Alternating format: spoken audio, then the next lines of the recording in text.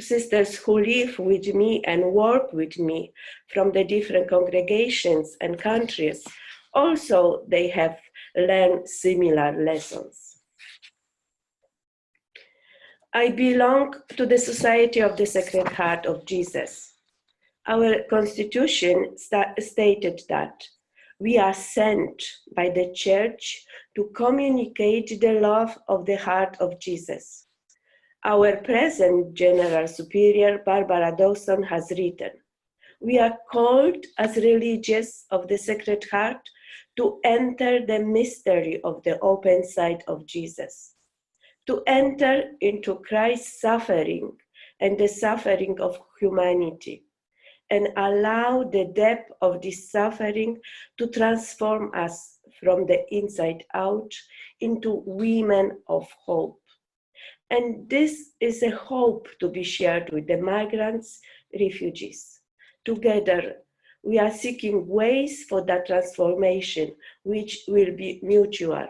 Together, I mean migrants and we sisters. If we go out to the migrants, refugees, and say that we can live together as different nations and cultures, then we have to be able to do it ourselves. We, as the UISG Sisters Network with Caritas, with the local church community, and government organizations running centers for migrants, to try to build bridges between ourselves, the migrants, refugees, and the people of Sicily.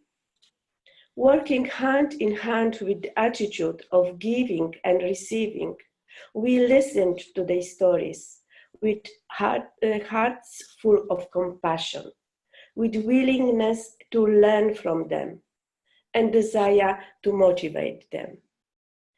I find my services with the migrants energizing, but at the same time, they are complex and difficult. We meet with the migrants, refugees in Siculiana Center, where they are brought directly from the sea or from Lampedusa. I listen to their personal stories with empathy, but at the same time, it is very hard because they have experienced so many difficulties. I try to put myself in their place and reach out to them to try to gain their confidence so I can help them. This allows me to be part of their stories. I try to be a comforting presence among the migrants, but I cannot give what I don't have, and I cannot share what I am not. And this knowledge helps me to reflect and grow. One way to help them is to become knowledgeable about migration law, because they need this information in or to move forward with their lives. I remember in the beginning when we started going to the Center for Migrants in Siculiana, I was greeted by migrants, refugees, using the word mother. My quick reply was, I am not a mother, I am a sister. But after a while, I accepted the word mother because I realized they needed it. I am reminded of the passage in the Bible. I will walk before you, and I, God, will prepare the place for you, for your entry. This helps me to meet and see the migrants as persons that have names and history. They have dreams like me, and they are full of fears like me, and they have hopes like me too. I often tell them that I would not be able to cross the sea in conditions they have. I work with the children. We don't have common language, but we still communicate. They teach me and everyone else valuable lesson. I see children from different countries, cultures, and backgrounds having fun and playing together without any difficulties. Children don't see cultural differences. They only see other children. Children are taught cultural differences by adults. I teach adults how to read and write. One of them came to me and said, "You cannot imagine how I feel. I never went to school and I don't know how to write and read." My answer was, "Then let's start." After a few months, he was able to read and write. He was pleased and became more confident about his future. I also was pleased because I helped him. Many of the migrants need to learn to write and read, and education is very important. By sharing with the migrants the basis of the Italian language, I myself am learning the Italian language as well. I am able to help them to learn it. I help how to apply to the Regional Commission for Asylum. They need to be able to tell in precise and detailed manner their stories and the reason that led them to leave their countries of origin. Usually they have a translator, but it is for their advantage to understand if the person is doing the right translation. When I speak to migrants and refugees, I look in their eyes so they feel they are important and they have dignity. I never ask about their religious beliefs. And our work in Siciliana is not organized in the formal sense of the word, because anything may happen any day. So it is not possible to have a plan. Once there were 50 children who were bored. We brought pencils, puzzles, and had fairy tales. Then one day when we arrived with the beautifully prepared activities, they had been transferred to another center. On other occasions, there were many Catholics, so we arranged for prayers. Once again, they were transferred. I am doing a lot of listening and have heard many tragic stories. I have listened to a woman from Gambia in her 7th month of pregnancy. She was without her husband because he got stuck in the Libyan prison. There was no sign of life from him for 3 months. In addition, she did not have the money to pay for his freedom. I don't know now what happened to her or if her husband was freed because she was transferred to another place. I have heard of a mother who died in childbirth while waiting for a boat. I have had the privilege to meet a doctor who delivered her baby. I have also met a wonderful person who promised to take care of mother's children and is still doing it. I have heard about a boy from Cameroon who fell into trouble in Libya and came to Europe, even though he did not plan to. I have heard about 20 young men from Bangladesh who were victims of human traffickers. They were totally lost when they arrived. I have heard about some Nigerian women who became aware that they had been sold for prostitution. They actually wanted to leave the center as soon as possible to start paying off the debt, which they will never to pay off. I bring all the stories to the Lord in prayer. Sometimes I cry too, with the people I listen to. The stories of those with whom I am called to walk with bring an awareness of God. God is in the bits and pieces of everyday life. As I sit with the refugees and migrants, their faces show their unspoken anguish. and their words tells of their search for better, secure life. One more story. It is about a Roman Catholic boy who was brought up by his Roman Catholic mother. His father was Muslim and wanted him to change his religion as he was only son. After his father's death, the clan people wanted to force him to change and become Muslim. He did not want to do so. Then one night, a group of people attacked his house. He managed to escape using the back door. His wife was killed, but their daughter was alive. He had no other choice. He had to run away. He left his daughter with church organization in Nigeria, far from his home in Sierra Leone. Friends advised him to run to Libya, and they offered him help too.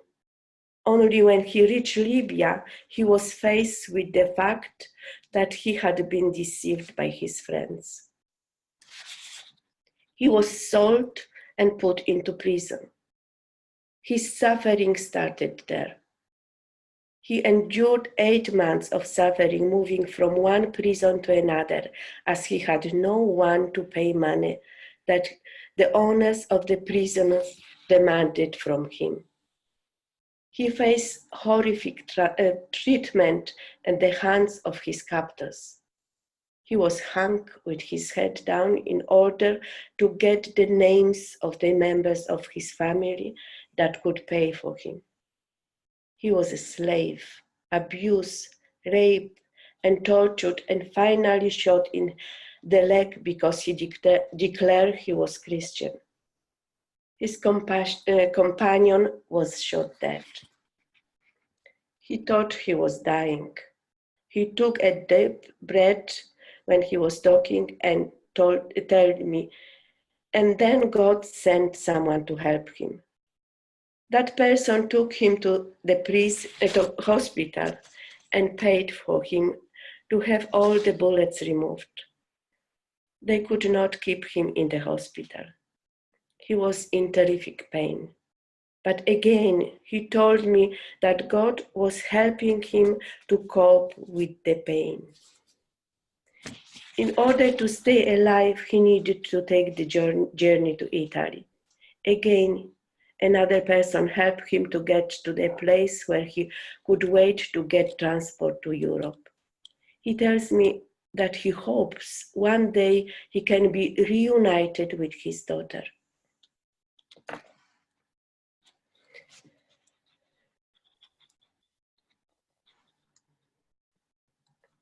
As I gaze on the Mediterranean Sea, praising God and admiring the beauty of nature, I am confronted with the reality that the very same sea claimed the lives of so many people and separated loved ones from their families that waited for them on the safe land of Europe. The sea evokes different thoughts as it invites me to contemplate the journeys and experiences of those who set out full of hope, but who have never reached their safe destination.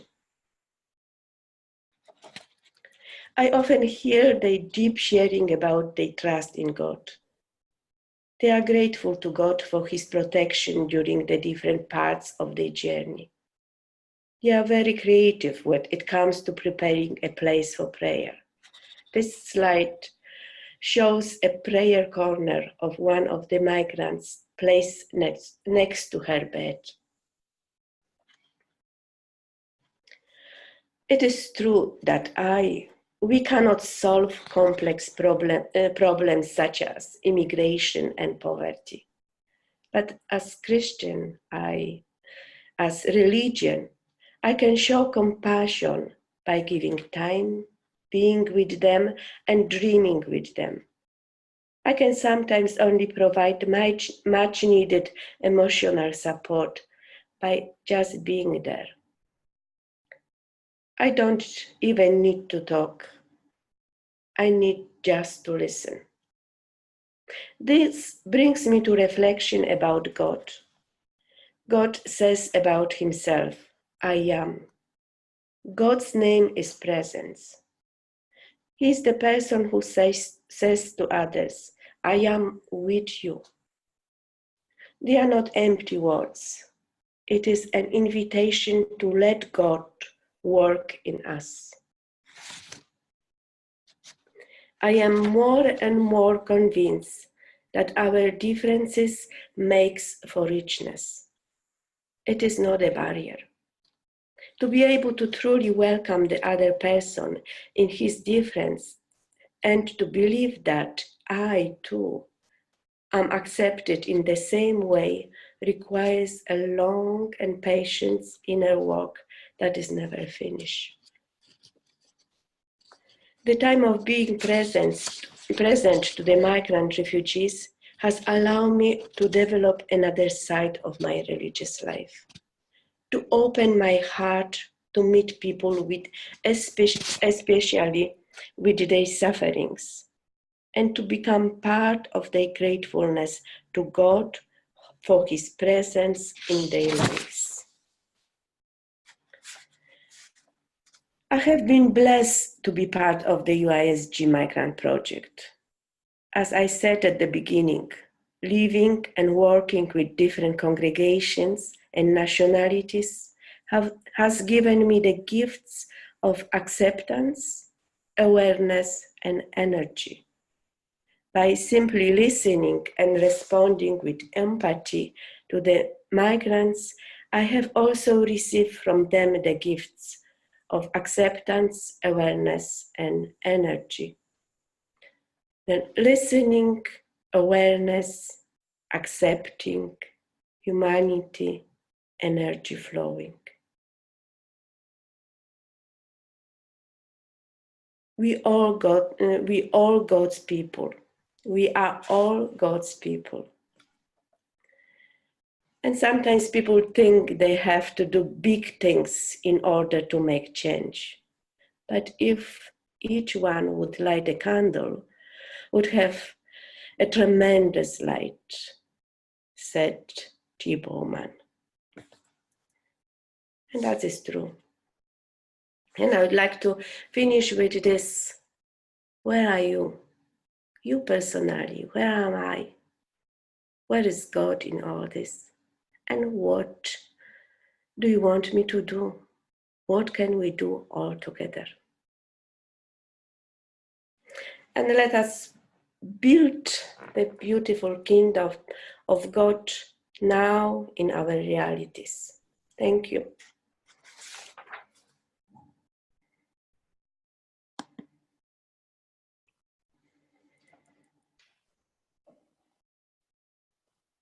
Thank you, Maria, for being the message that you say, your authenticity, your integrity, your loving presence so bespeaks of your work there, but also of the richness of your community.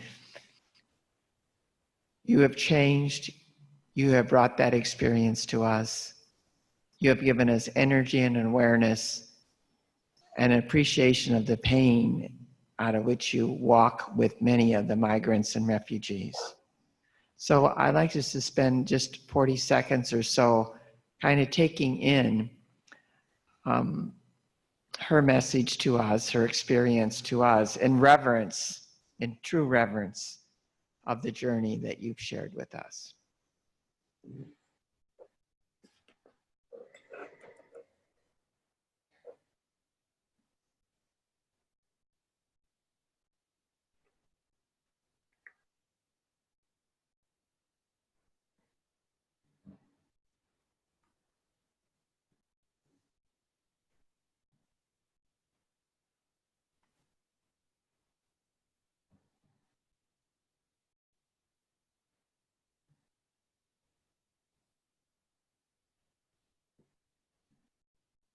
God bless you and thank you.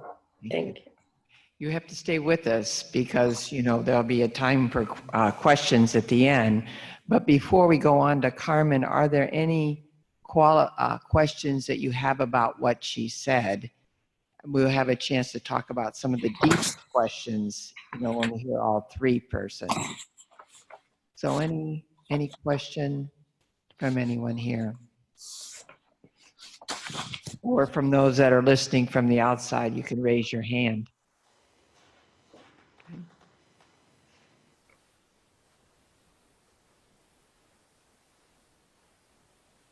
Okay. All right, I think then we will go ahead and move on because, as I said, we'll be able to explore some of the deeper issues that she shared with us. But I'm afraid if we get started, we won't be able to deal with everyone who will also be inviting us to look deeper into ourselves and what it is that we do. Maria, thank you for preparing such a beautiful presentation.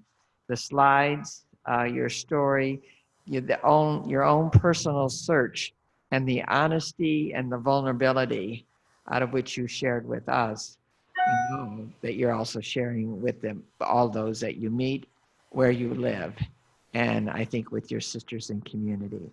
God bless you. Thank you, and you'll hear from us still later. Okay, thank you. Okay, we're going over to Greece now. Carmen. It's wonderful to see Carmen. We have worked with Carmen for 6 years. Carmen was one of the people behind the Sicily project. She and Sister Fernanda was a Comboni, and it was her persistence, her dream, her vision that allowed this to become a reality. And she certainly companioned many people and this project through the years that she was in Rome as a JPIC promoter, and also one that carried on the mission of her congregation. But Carmen, I'll let you say a few more things about yourself as you share, again, your journey and your wonderful story. Go ahead, Carmen. Thank you. Muy bien. Muchas gracias. Thank you. Thank you. Thank you. I worked with a group, and I usually speak in English, but now I prefer to speak in Spanish. I'm Carmen, and I'm from Argentina. I come from Italians, descendant from the northern part of Italy, and I belong to the missionary congregation of the Servants of the Holy Spirit. Now, due to practical reasons and for fear and this instability of the connection, of internet connection, so I would like to erase the video. So you can just, I'm going to show just, I have no PowerPoint, but if we can just continue this way without the video, and so we can continue. I just want to, she says, just to show a picture and then continue. Because she, Carmen. Send the picture maybe. But now it's okay. It seems. For us, at least we can see you and hear you very well. Okay. Okay, good. Okay, fine. So everything's okay. So let's move on. So I just said to you, I belong to the Congregation Missionaries, Sisters, Servants of the Holy Spirit, and in my service that I provided, I've been in my country, so Argentina, and then abroad as well. When Florence invited me to participate today and to share out of my life experience, I realized that building a future is done from the present, and from the present also means to having accepted our past. So I would like to share with you, going a little bit back in time to remember what has been my previous experience, my 17 years and a half of service in Taiwan, my service in Rome, and something about what I'm doing now in Greece. And in Taiwan, I spent there 16 years and a half working, and it's the place where I experienced strongly what it means to be a foreigner. That is, all the people around me had something in common, and I was a different one. And this positioned you in a different way what you do and who you are and what you do. Despite of all the lights and shadows that this means. This is, yes, this to be different. It has also been for me a reason for an encounter. Many people speak about the cultural shock. After many years, I have decided that I would like to use the word encounter without eliminating the fact that this encounter, there's pain, there's issues, there's tension, but there's also joys, growth, and hope. And this encounter was with a culture that was completely different from mine, a culture of many contrasts. Now, in this encounter, I perceived or got to know, touched, I could say, my limits, my own personal limits. And therefore, I started to learn to accept my own vulnerability.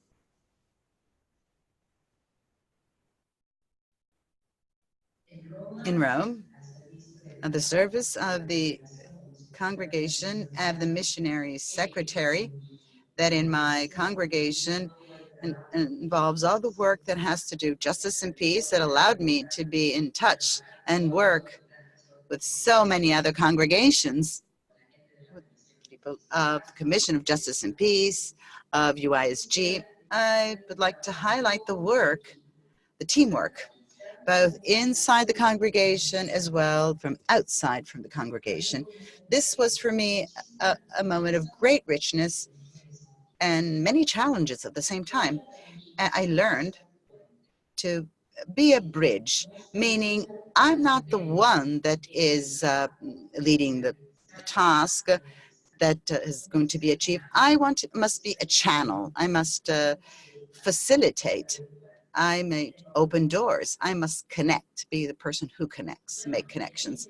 And in this context is where on October 4th of 2013, at the news that there has been shipwrecked in the coast of Lampedusa and many deaths, God asked me to give an answer to my brothers and sisters, but not a lonely answer. And in order to turn it into a reality, it had to be done together with Fernanda Cristinelli, Cambodian, that the first attempts of what would then become the project of UISG project Migrants in Sicily. I have learned that dreaming together is absolutely necessary in order to share or to turn actually utopia into reality. But it also entails to weave and to do back and forth. Many are going to participate and collaborate in the project, and I'm just a little part of this dream. That it's God's dream after all, His plan. Therefore, in this process of making the project come true, we must give up for something. We must assemble.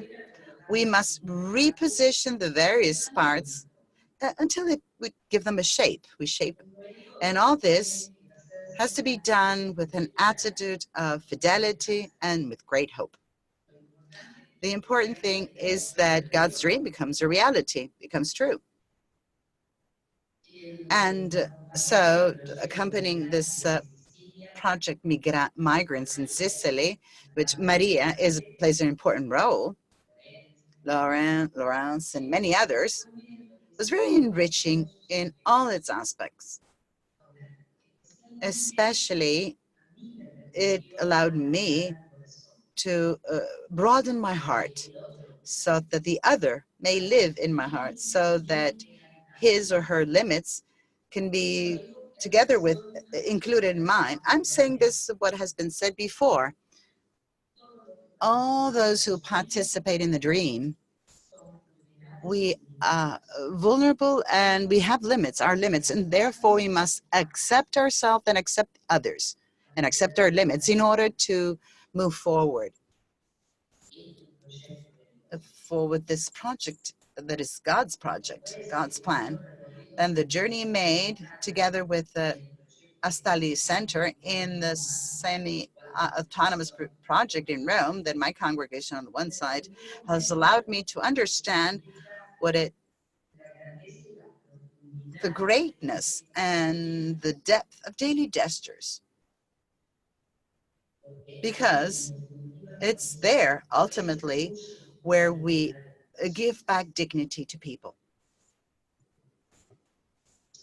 Now, in Greece, in this concrete place, here,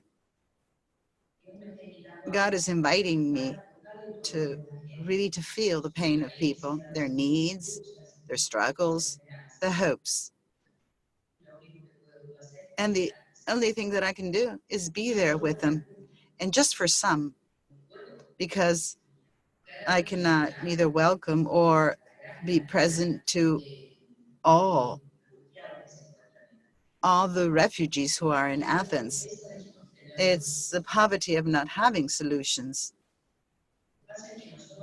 We, as religious as well, we want to solve problems. We have good intentions in doing this, but we cannot do it sometimes. It's not possible. Some of you would like to know what I'm specifically doing here in Greece, and it's something quite simple.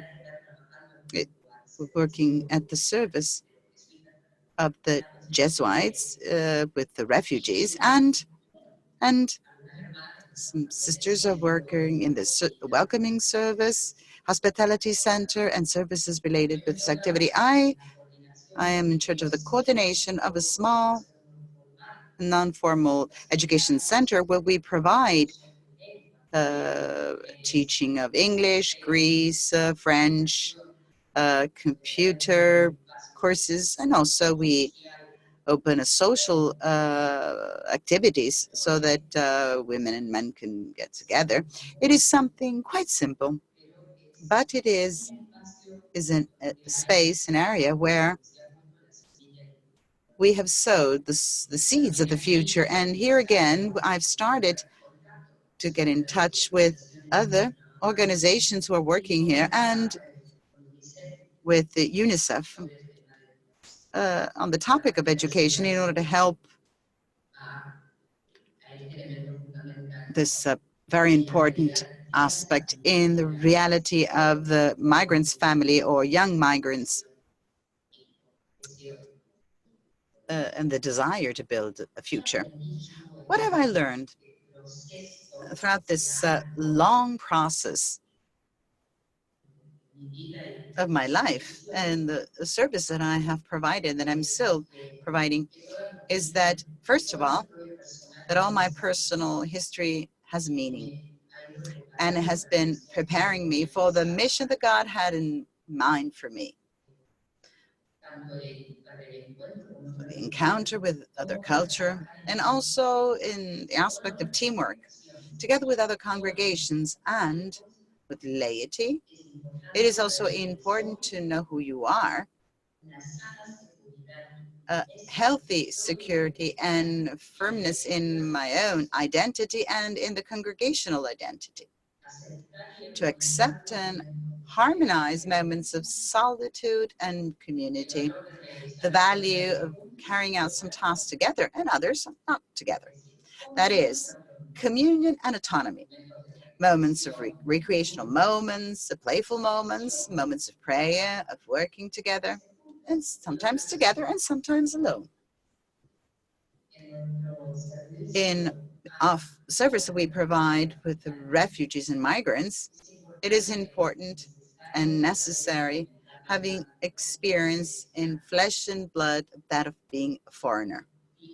To live in first person the encounter, some call it the cultural shock, right? In order to help and understand the other in his or her process. If not, I'm just, I suffered the impact and the other person is suffering this. So there are two hard moments that meet one another, and I cannot help. Therefore, it is necessary to build a community that renders this service and to accompany it as much as possible, whether it is an intercongregational community or it's inside the congregation.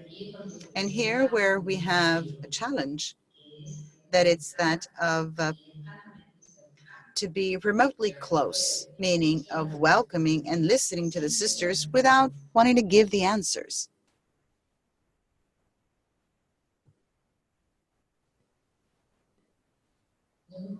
We must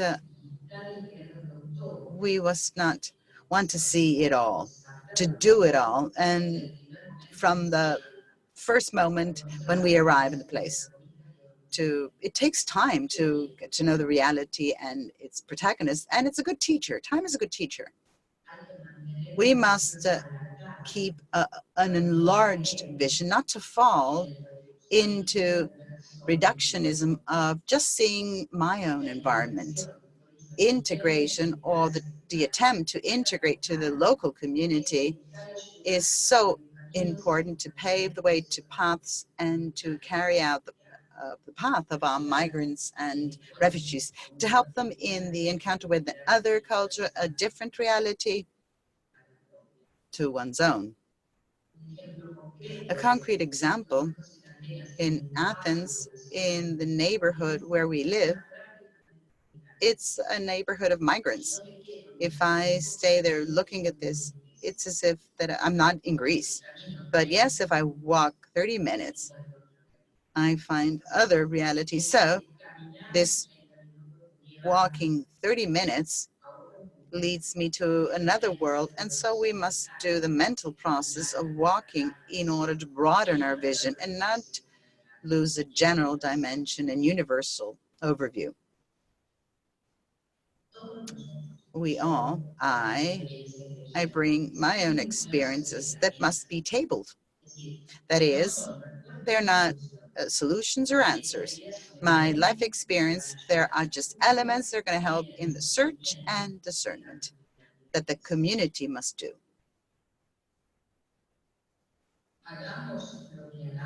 Whatever we do, meaning receiving refugees when they disembark, accompany them in the reception centers with the semi-autonomy project, or work in an office in Brussels in the advocacy activity. Everything is important and necessary for the service to the most disadvantaged. Not to fall into the temptation that the congregation must see that we serve the most marginalized.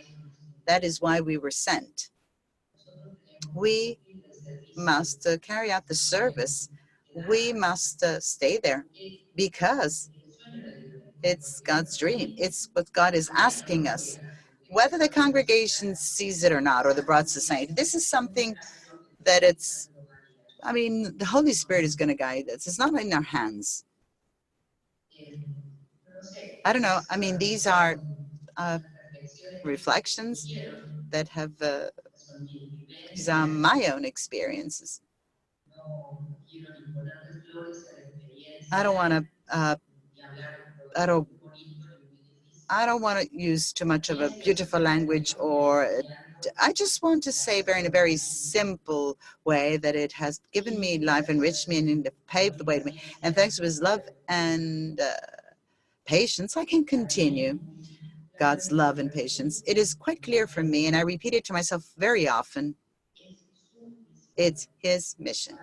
It is just, it's not to presenting this reality to him. I can move forward. Thank you very much. I don't know, perhaps you might want to know something else, and I'm really available to any questions. And again, I am available to anything you might want from me. Thank you. Before we pause for you, could you tell us a little bit about what a day is like for you?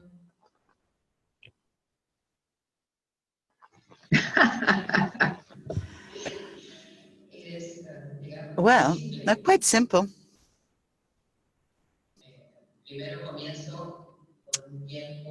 I begin with some time for my own personal reflection, moment of prayer, and I'm learning Greece, so I have to learn Greece in order to communicate better with locals. So then we have the community prayer, moment of breakfast with the sisters, and then each one goes to carry out the task. As I said, I'm the coordinator of the Center of Non-Formal Education, and so part of the morning and afternoon is carried out there. The Center of Non-Formal Education, it's sort of like a small, tiny school, but it has a specific feature. Many people comes by, they come, they look for information, they want to stay here, but it's a very small group that stays. And then that's welcoming them, make sure that they're going to find the teacher that from whom they can learn from, and then there's where we develop friendships, more personal relationships. Children also come there. I'm learning to get to know the children of my neighborhood. Many of them don't go to school, even if they do have the possibility in attending a Greek school. It's a bit difficult, but many of them don't. So when they appear here in the center, they show up at the center, teaching them a little bit of English, having a chat with them, to be with them. Many of the families of the mothers who come to work here, or the fathers, some of fathers also, many men come also. So in order them to participate in the classrooms, we must take care of the children, babysit the children. These are the small services that we offer. There's also the possibility of to ask them, why didn't you come yesterday? What happened? Or provide information of other NGOs sent people to us, or some they see, for example, that are some just come in and ask for questions or ask for food, for clothes or housing. We have to provide information, meaning we are an education center, but they can come to us and then we can just relate them to others. We are, again, a channel of information for all those who visit us. And then, as I was saying, I started to get in touch also with the High Commissioner of Refugee Office. Together with UNICEF, we have started a work group on education, and from there we are trying to address different issues like insertion in the school of children. What are the possibilities of refugees and migrants who want to enter in their universities or higher education, how we can help them and see or provide education in the refugee camps and in other islands also.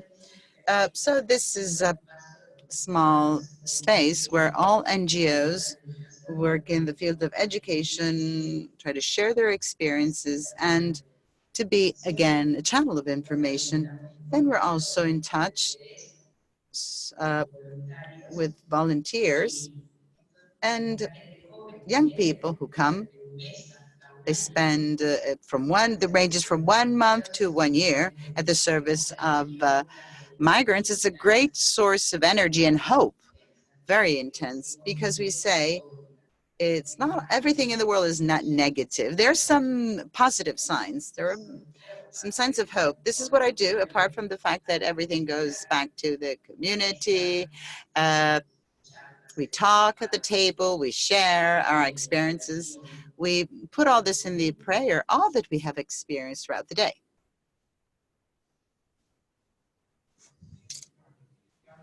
Grazie, Carmen. È lì da 4 mesi, no? Quindi questo è importante. I mean, I've been there for just 4 months, so I haven't spent a lot of time there. Mhm.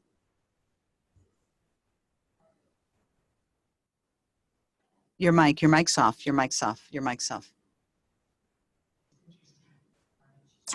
Other as she started, all of her other experiences are folding in and enriching her life and her ability to begin to network, in a very short time in areas that are really strategic because she knows how important it is, and her ability to let go of something that you really helped mother and help form a lot of the Sicily Project, which we will always be grateful to you for that, Carmen, for that. So let's just stop for about 40 Y yo a ellas. let's spend Carmen's life and all that she's done.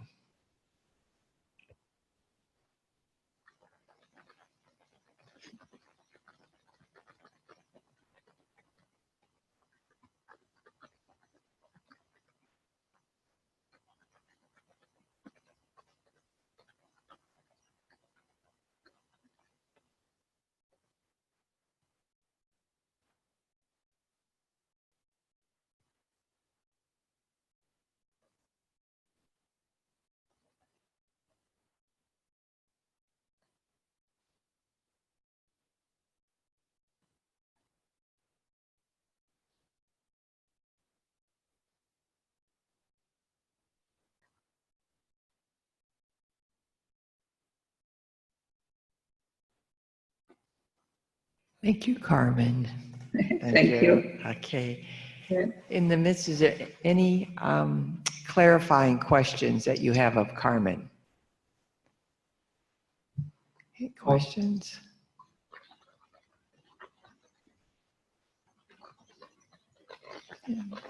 Okay. Lily, do you have a question that you had? Okay.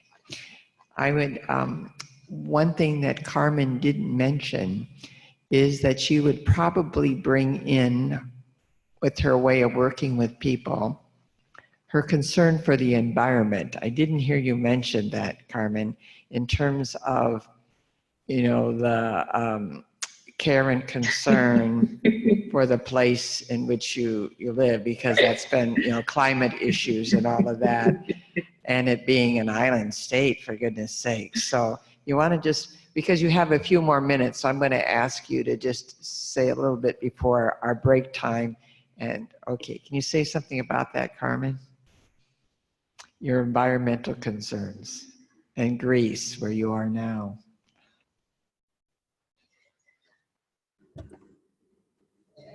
But, well, this concern, I have it integrated, and I try to live it on a community level. I know that in Greece, there are some organizations that are working more specifically on this, but unfortunately, they are very lagging behind. The reality of the church is not going in this line. Unfortunately, I say this, and this for me, it's very painful actually. But in what we can do in the small circle where I work, yes, I think that what I try to do, and they have realized it. People who work with me have realized it.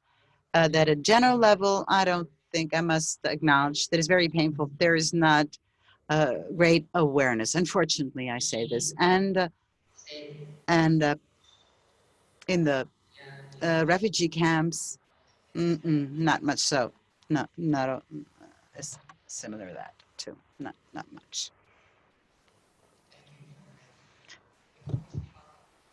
Honesty and her integrity as well. And we heard many times about limitations and the importance of experiencing our own limitations really being where the grace is.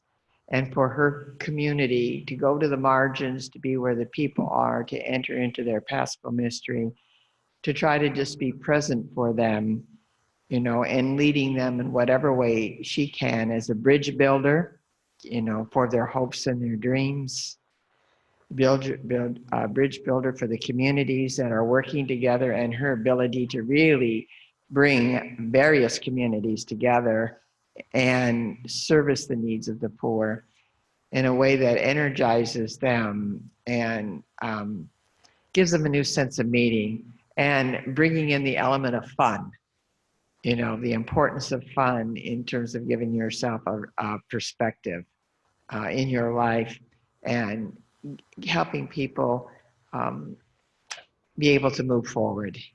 So, Carmen, just thank you again for the work that you're continuing, you know, starting out for your community. They've challenged you with that, for your ability to then integrate all of your past experiences and truly give us a sense that God's been guiding you along the way. That is for sure. That is for sure. So thank you very, very much, Carmen. Okay, I think we're at a point. Unless you wanted, did you have any other comments? I think we're at a point then that we could take our break. So we're going to take a half-hour break. We'll come back then at 20 to 11. So we're at a half-hour break, and then we'll have Emmanuel give his experience of the Scalabrinis, which you know quite well, Carmen. We'll bring you we will also continue to bring those who are joining us, as well as the two speakers, Carmen and Maria, to listen to Emanuela, and then we will engage in see where we are. We have deeper questions that we want to ask now once we get some kind of the informational questions finished. So thank you very much for this part, and we'll be back again in about a half hour. God bless. This is Manuela Saleri, is that correct? He is the executive director of Scalabrini, Casa Scalabrini 634, which is the address, but it's just kind of has a wonderful welcoming home spirit. I don't know how many of you have visited Casa Scalabrini. Well, that might be something to look at. We have as an office, and JPIC promoters have visited it, and it's a wonderful home environment. So we're really blessed to have Emmanuel with us to share his experience and say a little bit more about himself and why he's getting involved in this and the kinds of work that he is directing and coordinating, and not only in the house there, but in the neighborhood, because it's a grand experience, a wonderful model to follow. So Emanuela, please begin.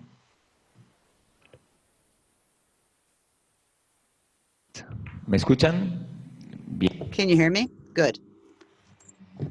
I'm going to tell you my story this morning. When I received this invitation, to tell you the truth, I was surprised on the one hand, because I said, what am I going to be doing in the midst of all the sisters? But it's not the first time, actually. I take advantage to welcome Sister Carmen.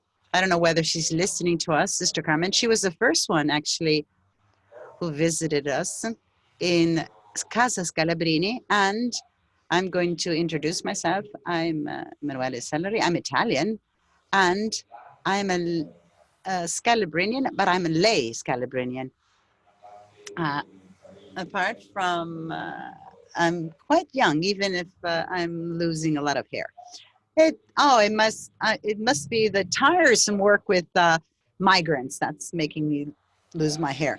So I've been working for 13 years that I've been working. Then my life has taken a twist, which is that of working with migrants. And this morning, at the beginning, I thought I was going to tell you something, or definitely I'm going to tell you something about the topic of my work with migrants. Just like Sister Carmen said, I'm going to begin from the beginning of my experience. But also, I'm going to take advantage of the opportunity of telling you what has changed in me, what what has changed in me when I met migrants. I can tell you, I could talk about the projects and all that we have done. I don't know how interesting this can be because each one of us has his own work.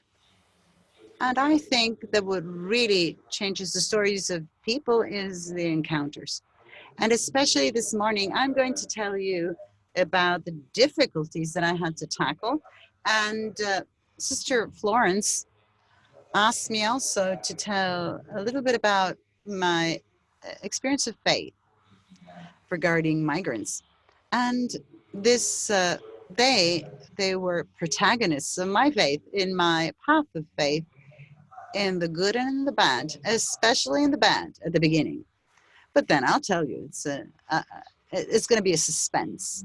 Okay, we'll tell you the story. So let's start from the beginning. I did not prepare a PowerPoint, but actually it's sort of 10 pictures that summarize my work, my story, that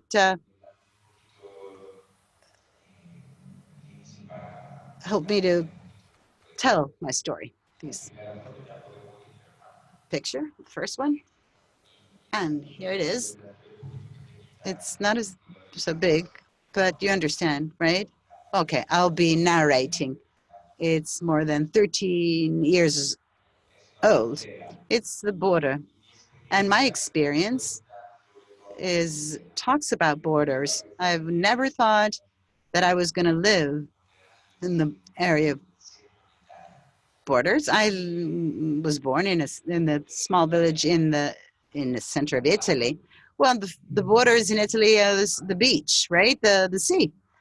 Apart from the north, but now, 1983, that was when I was born, but when I was 19 years old, the euro, so we could travel.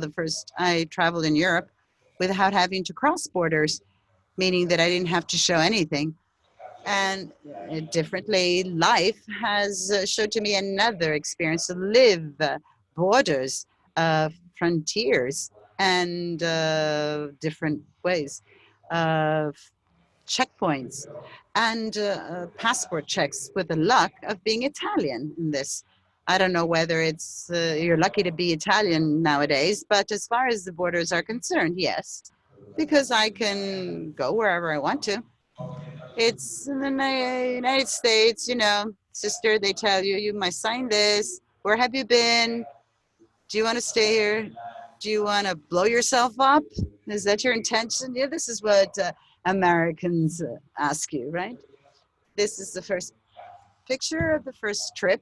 It's the border between Venezuela and Colombia, Putala. It's the Simon Bolivar Bridge that until last year, nobody knew about this bridge. Now everybody knows because it's on the news. When we make an interview in Venezuela, they do it from there.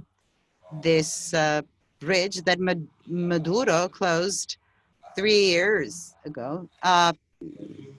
When I was there, it was 2006, and it was a completely different time. I was 23 years old, and I just finished my studies.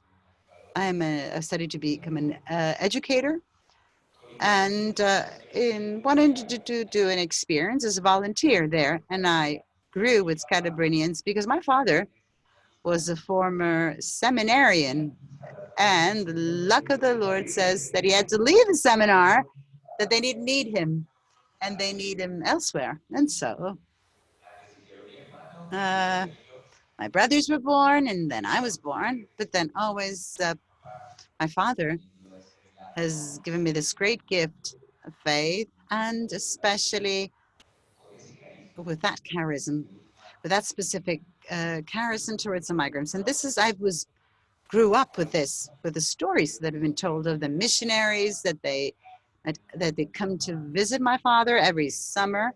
The parish was Scalabrinian in my village, so I've heard about this sort of like myths, right? The missionaries who were saving the world and migrants, that I thought they were doing well.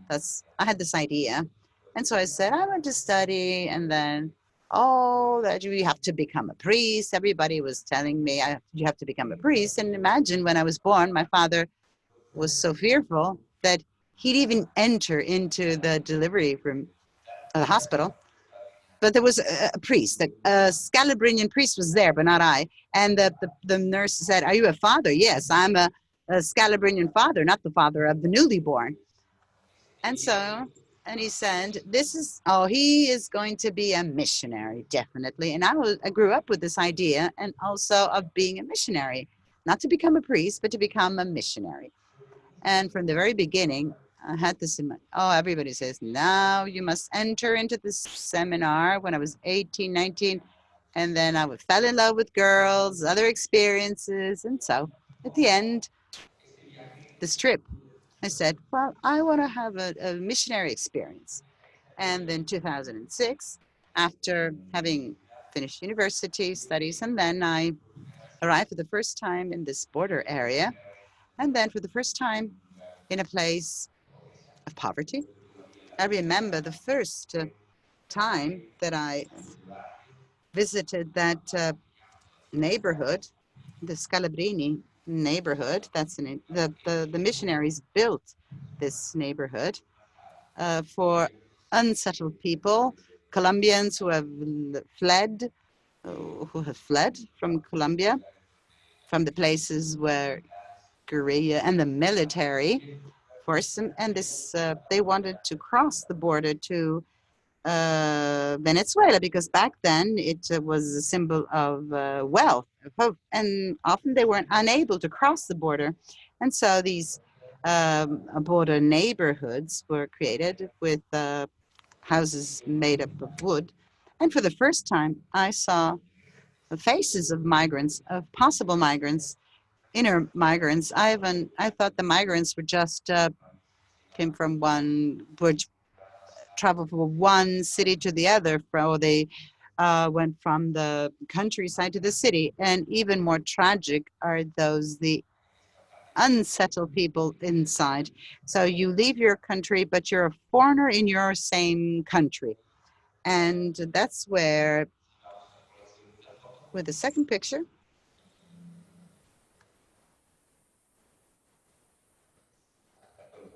I can change it myself, rightfully. I'm going to tell you the first, I meet the first story. I put this picture because he really changed my view when I met him. With the enthusiasm, I was young, I was 23 years old, and that I want to really do it all. I really want to change the world, yeah?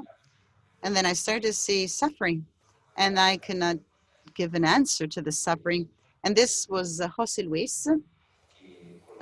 He was from Colombia, who had fled his country, and in the camp where he had the military wanted to smuggle drugs. It's a sad story that in this area where there's mines,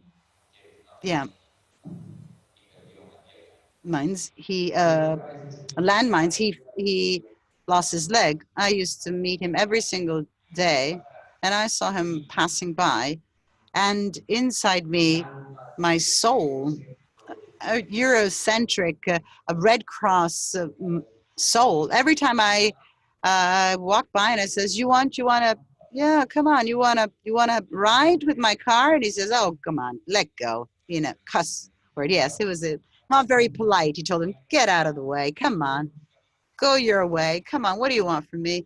You come here from Europe to help me? Who are you? Who do you think you are?" And I was very sorry. I've come here for this. I've come here to help you. This is what I thought. And this was a tragic moment for me because I've just arrived. It was 1 month and I wasn't able to give an answer to this. Luckily, this man stopped because he saw how sad I was. And then he said to me, "What's your name?" He says, "What's your name?" "Emmanuel." "And what do you want from me?" "No, I'm here. I'm with a mission of the Scalabrini. I want to help migrants, blah, blah, blah." I had my speech prepared. And then he said to me, you feel pity for me?" And I said, "No, it's not that I feel pity for you, but I see that you have just one leg and he did 2 kilometers. He walked 2 kilometers. We walked, and he gave me a first lesson. Now, I'm going to, the first person I asked for help, what is going to be of my life? What's going to happen to my life if I cannot, if the Lord has given me the life to survive all this, and I have to give it all? And this was my first answer, right? Not a faith crisis, but that the Lord wasn't giving me. I says, what's happening? I've come here to do this. And this man was the first lesson that he gave me, taught me. He says, you're 23 years old. Life is going to be tough with you. You must stay there. You must struggle in life. But then, if you can show this other one, right? This is the cross in the church that we had there in Cucuta, in that neighborhood. The church was at this wonderful church. We played with children, and I kept on looking at this cross, and I said, hey, Lord, I saw the injustice. It might seem a bit naive what I'm telling you, but from a European young man that until 23 years old hadn't seen anything of this sort. Also, migrants were just the Italians who have went to the United States to build companies and do wonderful things, not telling anything about mafia. They just told me the nice stories about Italian migrants, the successful stories. And so this is the first crisis. And then again, I wasn't able to give an answer. I listened. I was there listening strongly, and I said, I must stay here, bear with all this. And then I also cope with all this, and I must live together with these people. And I wanted to understand in some way. This was a big mistake that I had in the first years of my mission. I wanted to understand. I realized after years that you don't need to understand. You must live together with people. Then you might understand, but what's important to live rather than trying to find an explanation, to live in a different culture and tragedies that you aren't unable to understand. What Sister Carmen says, you must first be a foreigner to work with migrants, but when you work with foreigners, with migrants who have suffered such terrible things, it's a bit complicated. Yes, I was a migrant, but a migrant who could cross borders as I liked with no problem. So, and here, I started to ask for help. And there was this crazy Father Roberto Mastrelli. There was the Scalabrinian father that I met on my way. He was my first guide because I went there during the night and I told him, hey, Father, where's the Lord in all this? I wanted to put all my faith in the catechesis, in the youth groups of the youth ministry in Italy, and I wanted to move it there. And I want to meet the migrants, and that was going to just strengthen me. You see, I'm well prepared. I have a very deep faith. And this man, who's been living there for 40 years, he looks like Che Guevara. He doesn't look like a priest. And he says, stop crying, little boy. Come on, stop work. Come on, stop crying. And I said, I'm not crying. I'm just asking. Stop crying. And then it's just work. Come on. You're wasting time. God is in people. If you want to find God, it's in the sufferings. You see this cross? Yes. Carry this cross. There were words, the starting, receiving meaning, but not so much so. And in the pictures, in each picture, I gave a name to each picture. This one was the importance of the example. From there, I realized that faith that I thought I had, in fact, it's, again, a gift given by others, other Christians, and those who really work seriously with people. In this picture, look how I looked when I was young, a lot of hair. You know, the strength of children, the power of children. Why? Because back then, when I was living there, everything happened to me. Ever since I arrived there, that my life was so linear, so straight. From Italy, and I had finished my studies. I had my girlfriend who was waiting for me in Italy, hoping to marry. I have a wonderful project, life project in there. I have my first faith crisis, a lot of injustice, and I am unable to give answer to all this. And then the idea that in my studies, I'm an educator, so I'm going to work with children, and I'm going to save the world. They taught me Spanish. If I don't speak good Spanish, it's their fault. And throughout this month, they were really incredible because everything happened. As you see the one that you see the next to me, to the right, he was 6, 7 years old, and every once in a while, he spent some time with his parents in the Cocalera area. It's a bit in Catacumbo. They went to work with leaves of coke, and they have smaller hands. And that what happened in one of these, how can I say, in this struggle between the army and locals, he was shot in the head. And the worst thing that this child, he wasn't even buried. He was buried with his own burial ground. He was buried with so many. Imagine my shock. Imagine my faith there. And in all this, my girlfriend from Italy, I make you smile, but that was a drama in itself. She calls me up and she says, you know, I no longer love you. I stopped loving you. What do you mean you stopped loving me? And then in 3 days, I've lost it all. All that I thought was the security in my life. A life that I had built, that was going to take me to an already future, design future, and the experience with the migrants that I thought was going to be a joyful experience, that it turned out to be dramatic. And for me, a terrible month. In this 1 year experience as volunteer, in 8 months, I spent it crying. And for the rest of the 4 months of the year, I started living. I did nothing, absolutely nothing throughout this year. I was there. And that this priest said, stop crying. And the more he said so, the more I cried. And then I had to go back to Italy. So I had to. I mean, my experience, my 1 year experience had finished. And so with the idea of starting to work here in Italy as an educator, I started working in a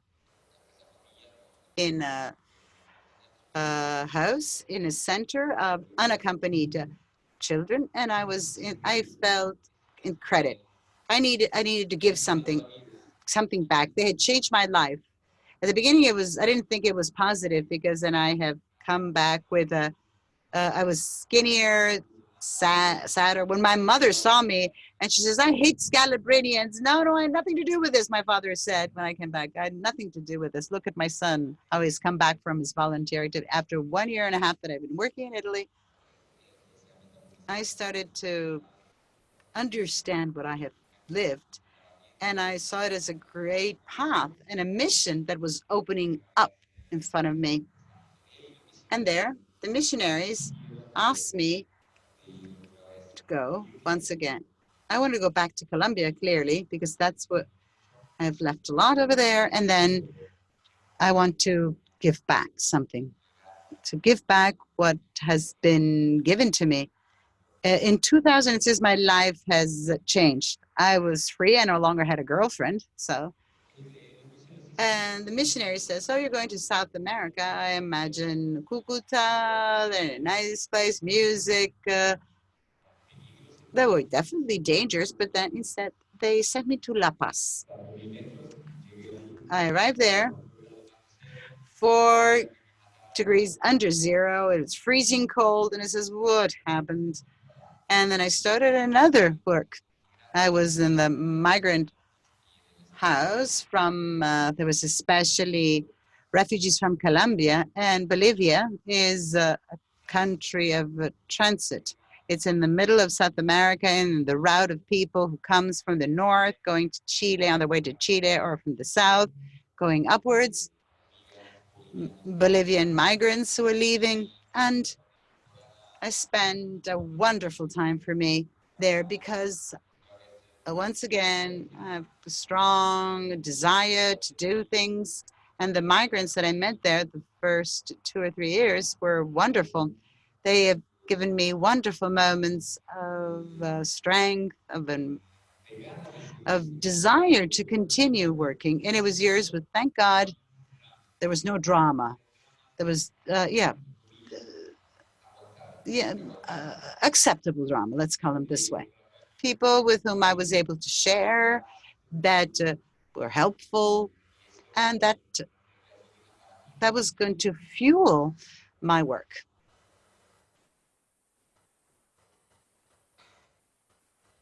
And this picture was, I call it the faith of migrants. This is a title I've given to this photo. This represents for me something very important.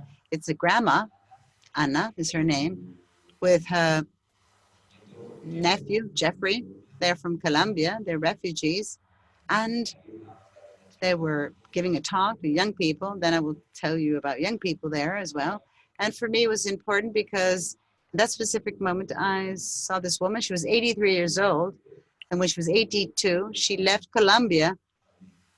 She fled Colombia because her family was in danger. And she decided to run away. And I didn't understand. I mean, you could have stayed at home. She had 17 children.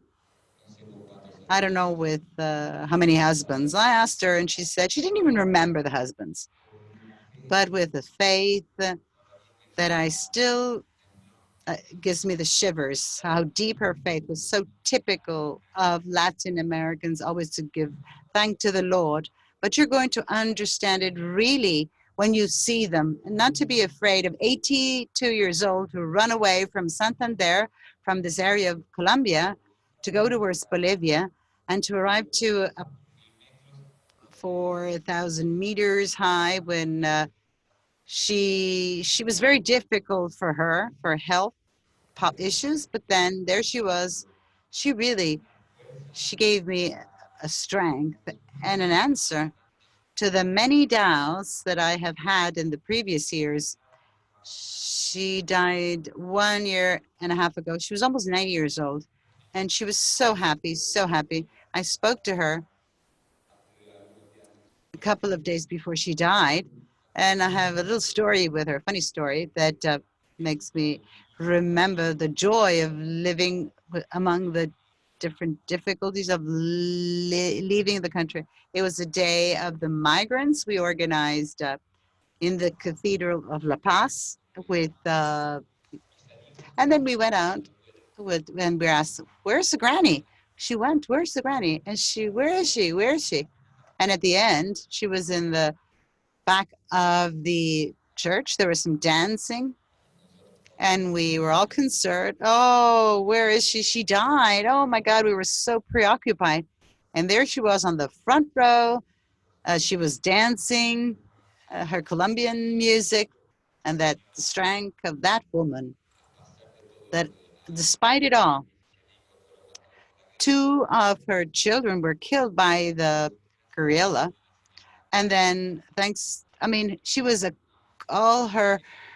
I carry this in my heart, right? To pass faith through the testimony, through witness. From there, after 3 years of living in La Paz, in Bolivia, in the migrants' home, in time we opened a project for children, street children, where most of our inner migrants who were going to live around the city. And from there, I was asked to work something that I would never expected to do, because they asked me something new for me. First, to go back to the border, and I was very happy to this, but to follow a topic that I had never addressed before. I was in charge the Bishops' Conference of Bolivia of a new border project, Solidarity Borders, that had to do with human trafficking, with the victims of sexual exploitation and work exploitation. So I spent to live for 3 years, traveling all the frontiers of Bolivia, and there is no sea. They said they used to have it, but they said it was taken away from those from Chile. Say it was taken away by the Chile. And then I went to live again the border, traveling around the borders, and the experience of small villages. That the border is border, and that's with Argentina, the frontier, via Sun in the, and it's not Bolivia, it's not Argentina, it's just border. And it has its rules, the rules of the border, and the trade of people, arms, drugs, everything. But I don't know why. Yes, because I like to do this, but quite at ease in the borderline to live there and to give a strong strength, but to meet victims of human trafficking, it's a complicated matter. And there, again, once again, you feel powerless. We talked in the schools, prevention. We also I gave talks, many. But then when you had to visit victims, it says our work was that of trying to reinsert them in the families, and many it was the same family that had sold the girl.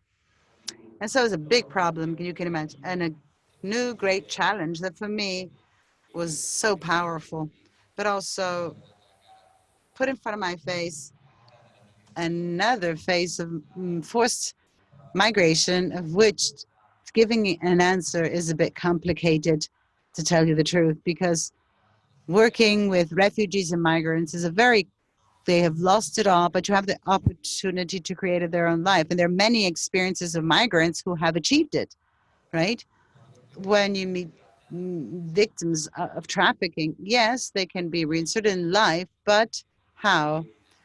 What are the wounds that they carry? And this, for me, was an experience that it touched me a lot. And after 3.5 years, I said to the congregation, I can take it no longer, right? And I had to have a step back because I was unable to find answers, and the project was going to finish, but they'd asked me to go back to work with trafficking victims. It's been a strong experience I have had. We have been able to save lives. And when you're able to save lives, you really feel important. But saving lives is not just to save them from the hands of the smugglers. That's something more that we cannot do ourselves. It's something that is in the hands of God, I think, personally. I put this picture, and you're going to tell me if I'm too long, but I just want to, this is the first time, I'm filled with emotions. It's the first time that I talk in public of this, and I've been thinking about it throughout this week. I don't know whether to do it or not, but at the end, I decided to do so because I think it's important, because the Lord has given me the opportunity to tell this story. This picture is called Obscurity, Darkness. I don't know if some Sisters of Charity are here, but the Sisters of Charity in this project of Frontier Projects, there is a house between Bolivia and Chile in this village of Pisiga. And my work was that of encouraging the dioceses in opening new hospitality homes, especially in the border and in places close to the border, in order to create routes so that the migrants could reach safely their destiny. And so I went to visit these sisters who were in the middle of nowhere in the desert, doing an incredible job. And The idea was to open a house in the between La Paz and that border. There's another city called Oruro. It's a city in the middle of the desert, but big. It's famous, the Carnival of Oruro, with migrants always pass by, and they used to sleep at the train or bus station. So with the Sisters of the Good Shepherd who are there, we decided to open this house. And so in order to open a house, you have to look at the good practice. The Sisters of the Good Shepherd, they had come to the place and said, let us visit also the Sisters of Pisiga, who were there in the border. And we went there in this, there were 7 of us traveling there. And with the Caritas car, I was driving, and unfortunately we never reached that house because we had an accident. And I was driving. I was in some way responsible. Then it was a terrible accident. One of the volunteers of the Sister of the Good Shepherd died in this car accident. Another 3 people were injured seriously, and it was a big mess. And that's where the darkness was all around me. All my life, made up by this, in 1 second, was over, because all my effort, but also my desire to live, to travel, to get to know new places, to go to the borders. For this, I lost a friend, and they've been very harsh month, and I don't know where faith had gone. Even if I prayed a lot, but I was desperate. I was absolutely desperate. It was the only way to cope. And I had to go through all the migration experiences. Yes, I had to go to prison. I had to undergo trial. Thank God. I was acquitted, but yes, the death of the person stays. You feel guilty, that you continue to feel guilty. Well, it saved me, and I think that's where the help intervention of God. He says that the Lord gives you crosses that you can carry. I said, this is going to finish. This is going to be the end of it all. In the first days, but the problem was that everybody was blaming me. Caritas of the village, when I was there for them, the only person who forgave me from the very beginning was Anna's family. Her name is Anna, my friend, my volunteer friend who died. And they said, it's not your fault. Anna, there were 8 brothers. She was the oldest one. And at the end, I'm not going to tell it all, but I went, turn into the 8th brother and a very humble, there wasn't a problem. God had wanted this. And I said, what do you mean God had wanted? It was the same, Anna's family that was consoling me in all this. And I went back to Italy for 1 month in order to recover. And then a question was either I stay or I go back and struggle.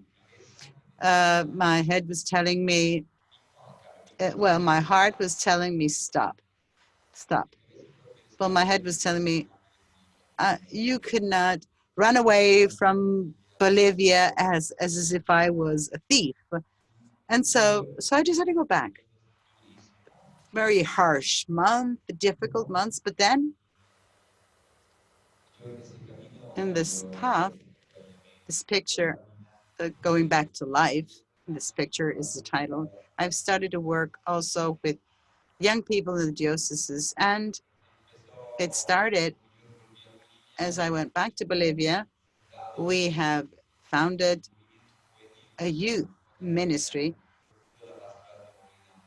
called PMH, and those that were children and now youngsters I was the founder of this movement because back then I thought that nothing was going to change. Instead, but we have organized this first national encounter of Bolivia, more than 150 young people who were following this charism.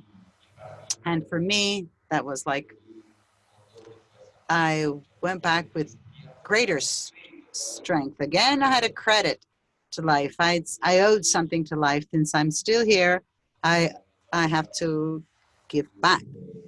And this was my salvation through these young people, most of them sons of migrants, sons and daughters of migrants. And then I went back to my mind, the father who said, stop crying. Perhaps I do cry a lot, but he also helped me in order to heal, as a healing process. And the last two pictures that I have put in what I'm doing now, after all this, we are good with time. And the last two pictures that I put up, mission at home, because at the end I went back to Bolivia and I thought that that was my land. It had given me everything. It had taken away everything, but it had, again, I was born once again. And the congregation, it says, when you're ready, that something changes in your plans. So we have a new mission for you. What is it all about? I thought, well, it's going to be in Argentina, Brazil. I'm going to learn Portuguese. Who knows? Torpignatara, Italy. And I said, oh, I remember something about this neighborhood. Yes, it's close to the Termini. You take this small train, yellow train. Is he crazy? He wants to sending me to Torpignatara? And then, no, we need you here now. And then from here, he started to this new mission that the sister talked to you about. Joaquino has come here to talk to, and we started this new mission. We have transformed the seminars of the Scalabrini in Via Zilina into Scalabrini House 6434. We're welcoming refugees. We try to promote, protect, and the four verbs of the Pope. We are trying to put this into practice and to give strength. We are trying to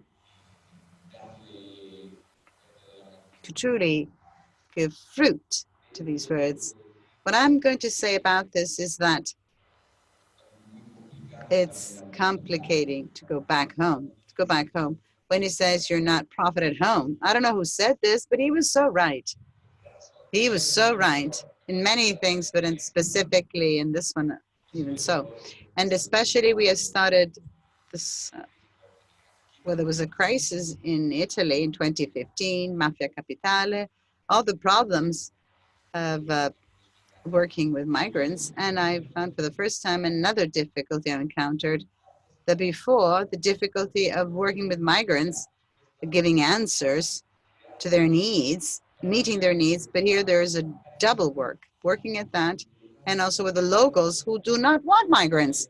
I hadn't experienced this here, and said this double task that makes it all more difficult. And also your friends, the ones that you thought were your friends, when you used to go to university together, they all vote for Salvini.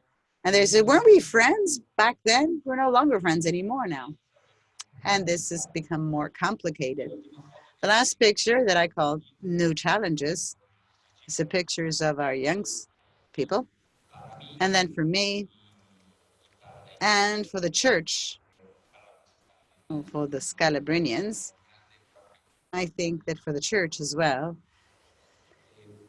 I think that we must learn a lot from migrants in order to work better with them in walking by their side, especially when we work with people who truly are different from us. I have never worked with Africans, and they manage time in a different way from me. With the Latins, well, I have slowed down with it, but Africans have a completely different vision of tomorrow. And this for me, at the beginning, turn me crazy. I'm learning. Sometimes I cope, others I go crazy, but it's given me another vision, a new vision of reality. Where are we heading? I don't know. Definitely what I expect and hope. And I hope that there is meetings such as this one so that the church is always working more together because we are too divided amongst us. It's so complicated, this topic. We are a minority in society and also in the church. I think we must work together. And when I talk in parishes, it's very complicated to talk about these topics. They're very divisive, this topic. And so the hope in the message that I give with you, thank you for giving an example. And again, and especially what I heard this morning about intercongregational work. I think it is wonderful. Complicated, but wonderful at the same time. And it's the only future that we can have as a church in working together in a new mission. We as Calabrinians, we have the only mission of migrants, but I see we must all work together in this, and working with migrants means to also work with Italians. Yeah.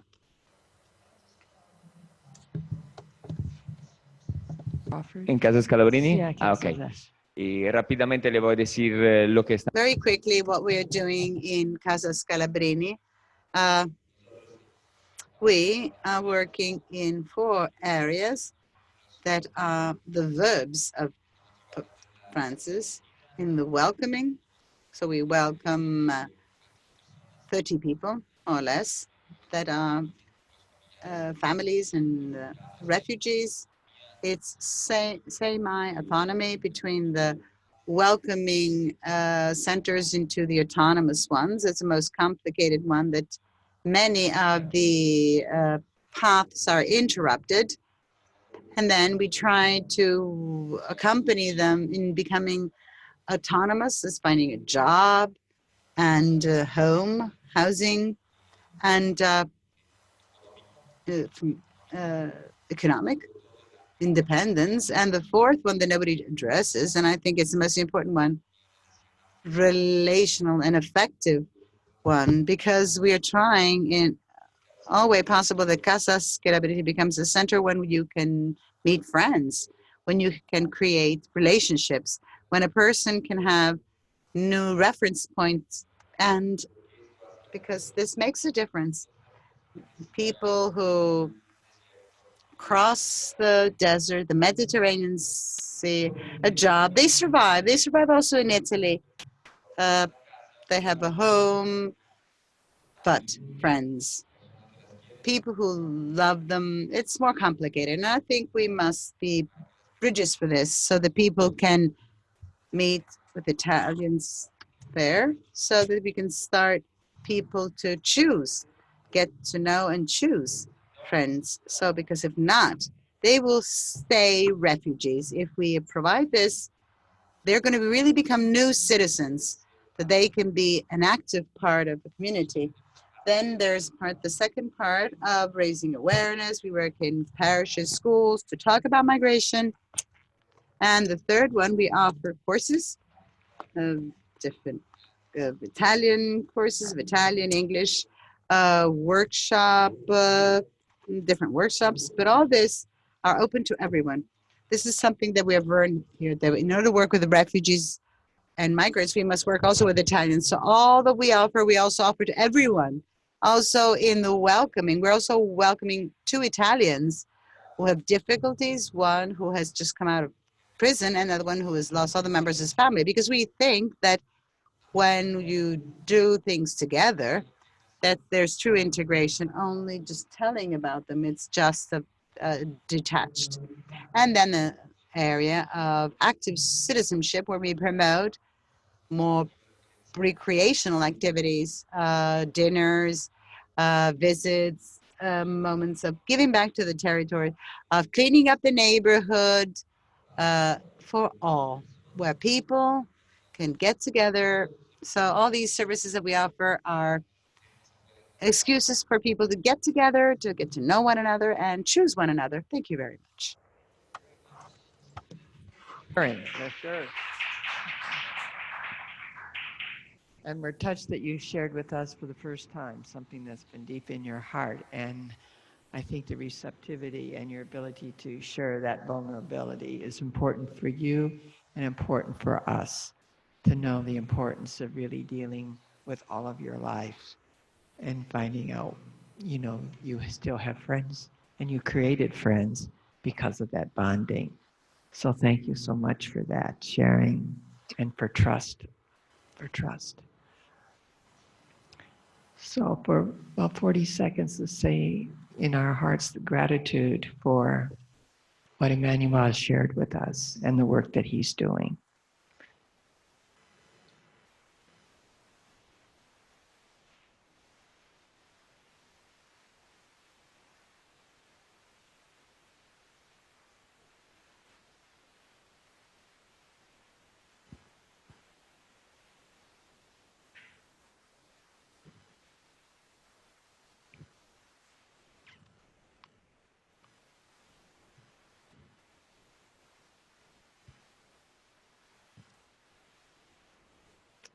Thank you. God bless you. Okay.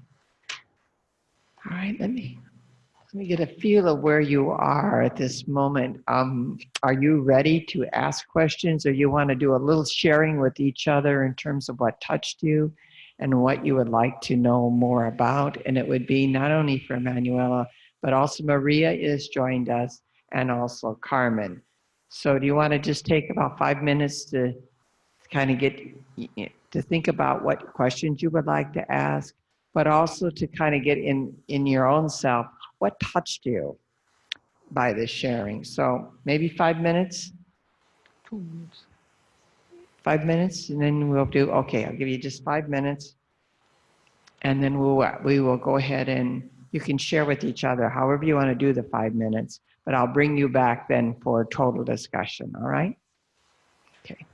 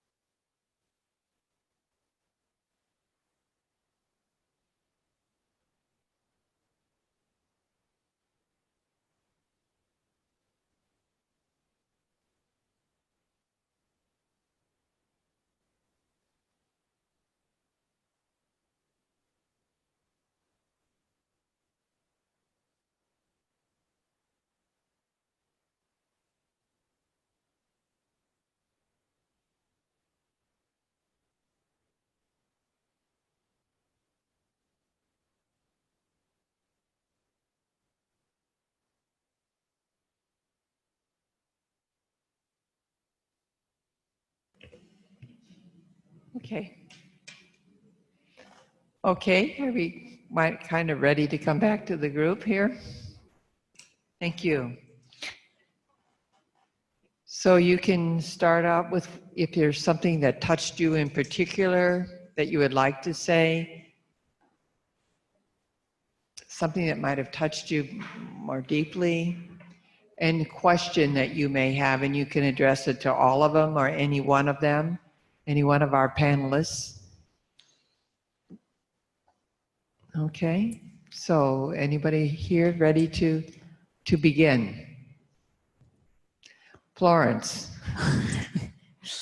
Yes, I was touched by what you share, Emanuele, but also the other, the fact that very often we want to help and we go to help and we discover how we are helpless because the situation is too difficult and we don't know enough what we can do. And then if we stay longer, and it's also, you spoke about also the time, but if we stay longer, we discover how we receive from them. And I can see, and it's also my own experience, that after 1 year, 2 years, 3 years, when you cannot do anything, you just listen and listen stories that are more difficult. We could hear the story of Maria, and you don't know what to do, and you don't know how to react. And then you discover that the people that you want to help, they have more hope than we have. And at the end, they are the one giving us the courage to continue. And I could hear also from your story and the courage that you got to continue with all the trouble that you got, and what the other one was also sharing, that at the end, it's the experience that we are the one receiving. And I think this is important to realize and to give hope to people who start a new project, how it's difficult at the beginning, and we have to continue to receive fruits, and the fruits are not the one that we were thinking. The fruits of giving doesn't exist. It's only the fruit of receiving. Just I wanted to share that. Thank you very much, Florence. And you have been there, so you kind of know that feeling of when you think it's just over, it's just beginning, in a sense. I don't know, Manuel, do you want to say anything more? And then we can also ask Carmen and Maria if they want to respond to just what you said to them.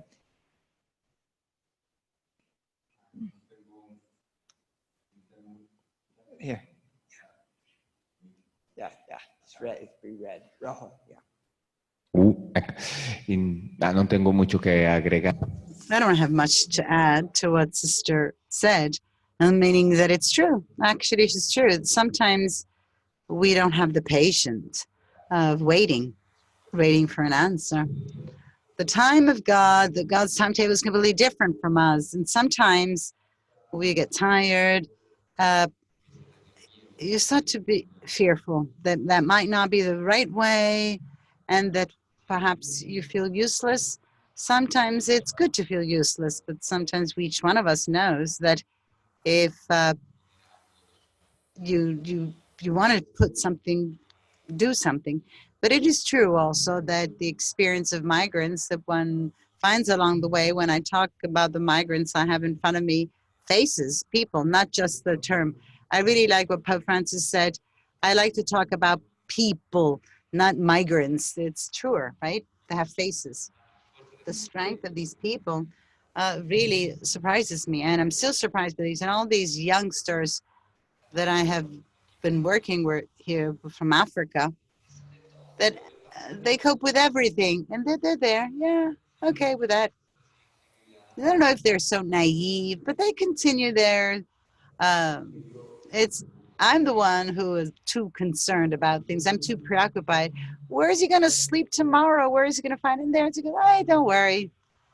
I mean, I think if they're not worried, why should I be worried? I think in the midst, there's a truth, a serious worry, but then not to think that you can save the life of others. It's not in your own hands, right? Mm-hmm. From your comments that you've made.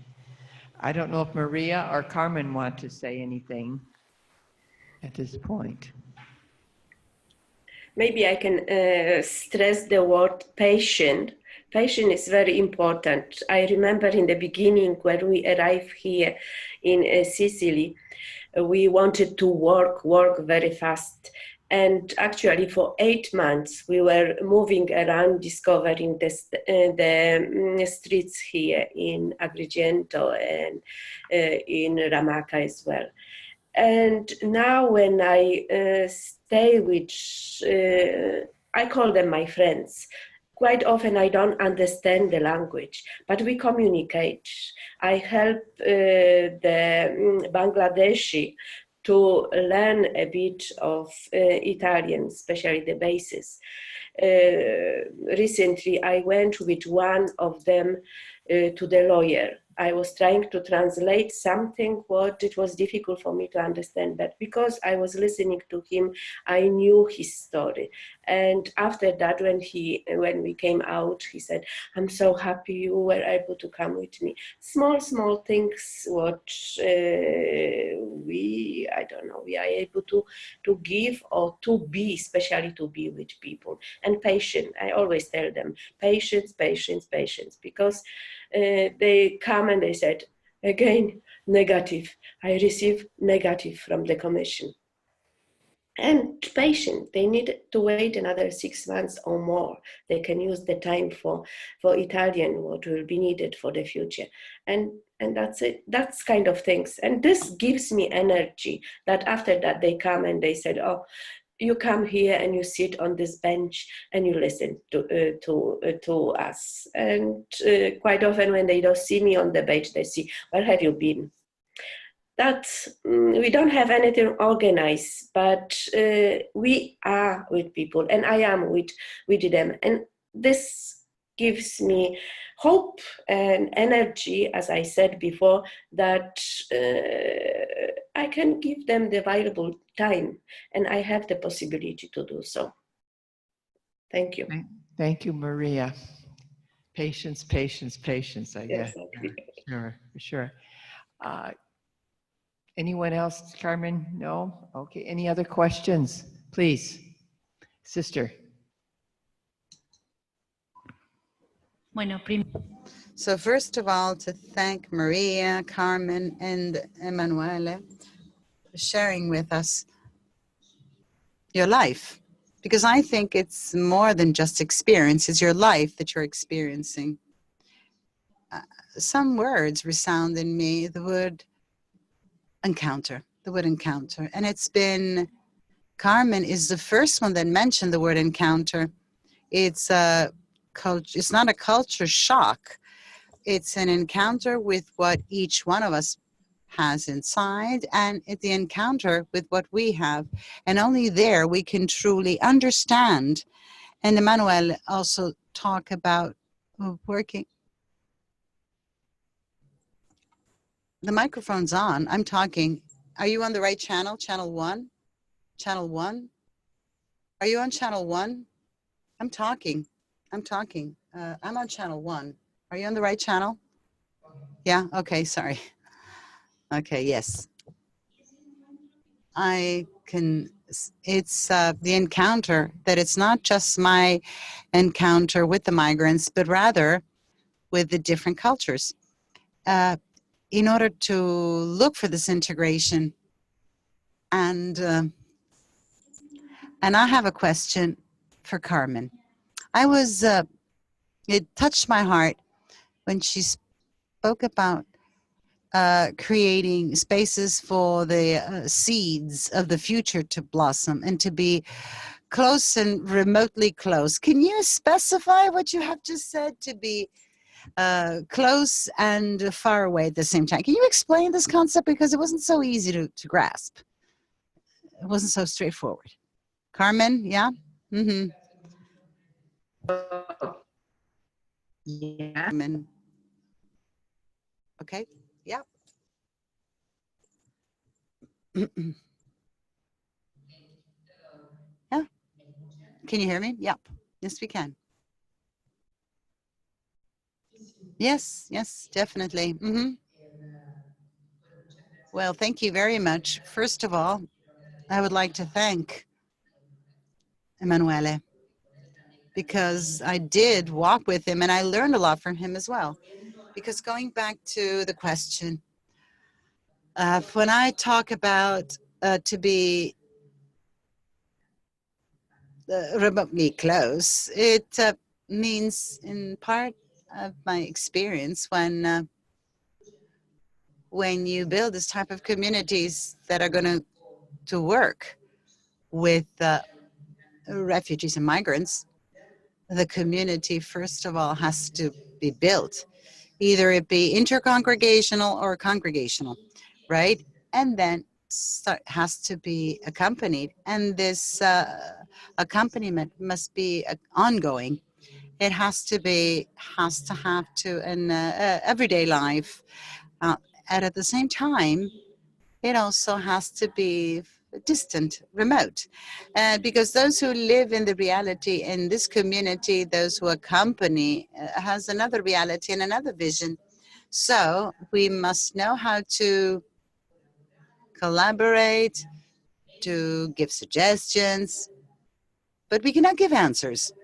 The answers have to be built, have to be created together inside the community that has been experiencing the specific with the input and in communion with those who are accompanying from afar.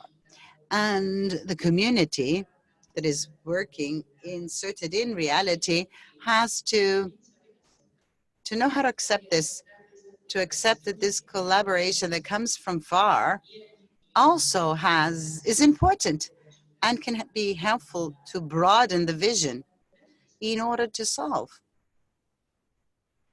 a situation, in order to continue. So this is what I meant. I meant both in my mind and in my heart when I use this reality. And I think that it's also very important, the fact that if we are here simply to be with, I think this is something that enriches you a lot. But it's what has been shared by Maria and Emanuele. It's painful. There's a painful side of this because it's accepting that the time of God and that accepting your vulnerability, that you cannot be able to answer always or knowing the way, but then inside one's own community and not being able to share it or not be understood, like Emanuele said, right? So this is what I mean. This is what I meant, more or less. Answered it well for her. Thank you. Another question or a comment. Okay, Lila, please. Muchas gracias. Thank you very much to the three members of the panel who have experienced, shared with us their experience, very rich. Emanuele's input is what you're doing, the work you're doing with migrants, with the affection things. I discover a lot of lack of trust towards them, right? Due to various reasons for the negative experiences that have occurred and that continue to occur. So, and also, I also feel in them a lack of trust that they have towards us. Sometimes you want to say hi to them or with a glance, and often they don't accept this greeting. And how can you carry out this work in order to, from the small things that you can do, even with a simple greeting, and how to overcome this barriers that exist. Sometimes I ask myself, and what about all this, what the social media are saying, the media are saying, and the way they come, and who is paying for them to come here, and that who is the trafficking of arms, how to understand a little bit this complex situation, not to be too naive, and also to know how to get close to these people. Well, a very interesting question and a bit complicated to answer, but definitely, at least the media, social media, do talk about migrants. They don't talk about people, and that in itself is a big difference. Fear is in people who receives, and you cannot imagine the people who arrive knowing that they are fleeing a place either for war, poverty, or just looking for a better life, which is nothing wrong about this. We Italians have always been doing this. We have been traveling to get another life. We haven't fled war, apart from the World War I and II. I was a guy from Mali who was 16 years, and he says, wow, for the first time I saw all white people. And I said, that's the same experience when I had for the first time in Africa. Oh, there's all black people. It's trivial, but that's the truth. The first time so many white people all together. And that's a different language. People who have crossed the sea that didn't even know the sea. And that guy from Mali, he went to Libya, to work, and he didn't know that he had to cross the sea to reach Italy. He didn't even know what Italy was all about. So you can imagine the fears that they have are much bigger than the ones we have. And in order to break this barrier, which is the biggest one, because if you imagine that it is true that we come from different places, from different cultures, from different religion. This is also an aspect that the Catholic community is starting to work with Muslims, and it's a topic in itself, and also that people, Muslims, for the first time in their life, that a church is helping them the other way around, right? This is, what do they want? Do they want to convince me in some way?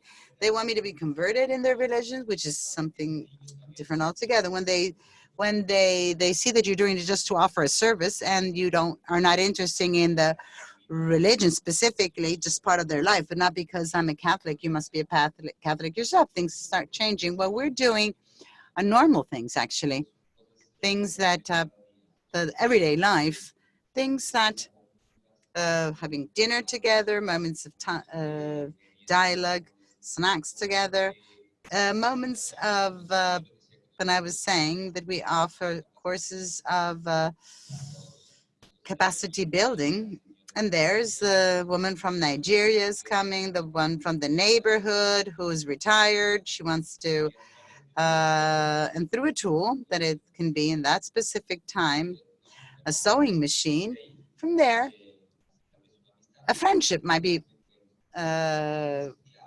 born, an encounter. People start getting to know one another.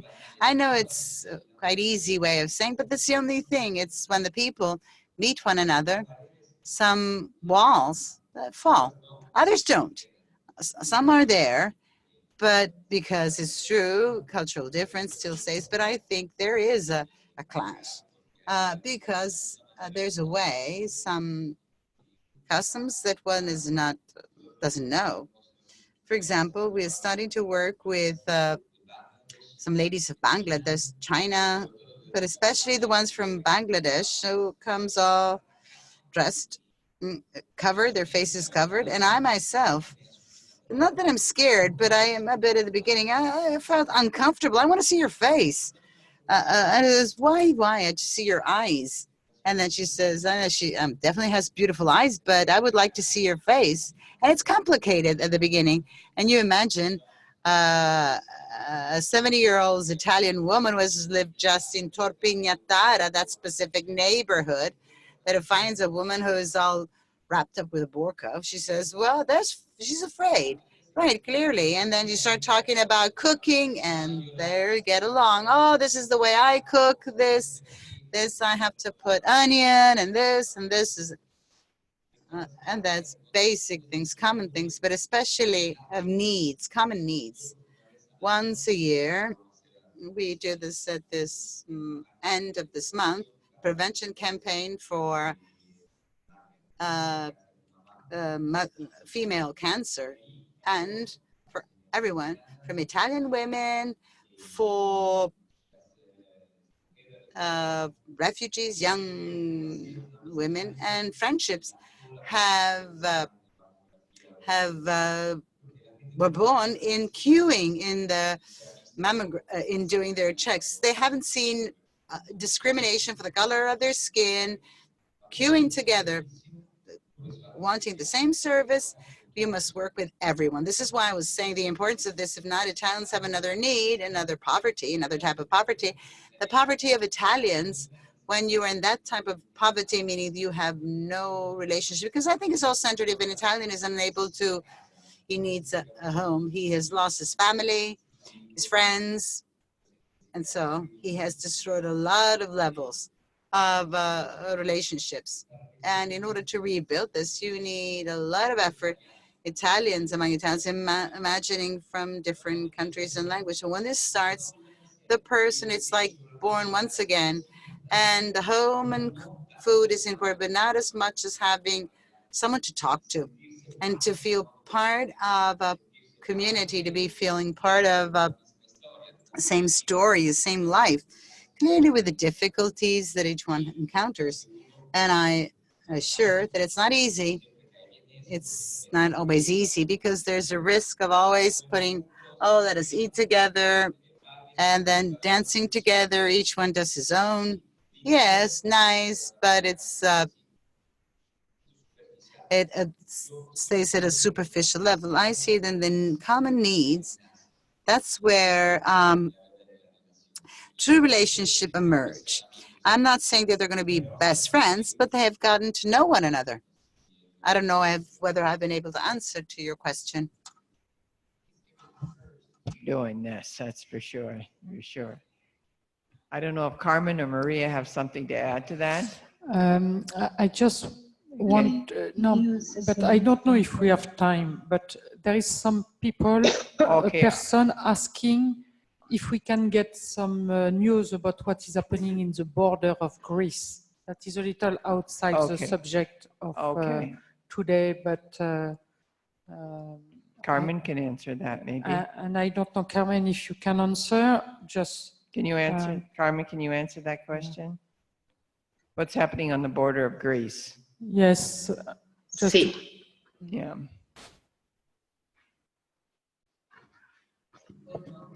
Well, currently, actually, not yesterday, but it started some time ago, and it had peak moments yesterday, and I don't know when it's going to finish. There's a caravan of refugees who has started walking. Some left from Athens, others from Thessalonica to go to the border with the Balkans. The rumors that frontiers would open, we know that it's a false news, but that is to say, more than 2 or 3 weeks that a large group of refugees have started to organize themselves. I was informed by one of the students that we have. So what we were commenting is that the news, no longer news, if it has a specific face to that. This young man has 2 children, and he decided to go with this march, right? So he decided to leave. So I tried to convince him not to. And so there is a moment of strong tension because all NGOs and UN said please don't go. This is false information. The government that was informed about this organization has sent police. There's been some clashes, and the news that in the Greek newspapers are divided. Some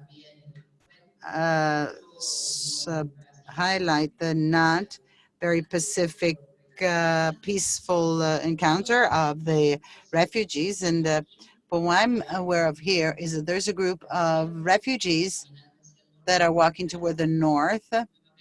Again, I wouldn't be able to say if they're being manipulated in some way. People that I know of, as I said, the situation here in Greece, what I can say of what I see is that there is a large number, more than 60% of the refugees are in Athens, some camps in the neighborhoods, and others inside in the welcoming centers, in buildings that are been taken, that they use as housing, and that the government knows about it, plus the welcoming projects of the government by the EU. Also, this is recent, it's a bit difficult integration. There is a big problem, very big problem, especially with what has to do with many flee. They come to Athens, they worsen the situation. People inside Greece, there's a possibility of further integration because there are fewer refugees, differently from bigger camps. And the conditions in the camps, unfortunately, are unhuman. But there's an effort by the government and by non-governmental organization in trying to answer and help.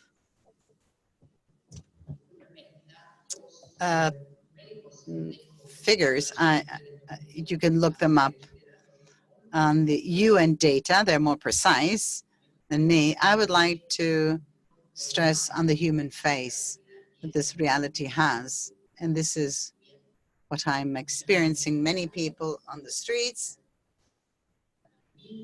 the vulnerable families, because it's easier to welcome a woman with her child, minors, but not families, because the mentality is saying that the father is there, so he can provide for the family, for the members of the family.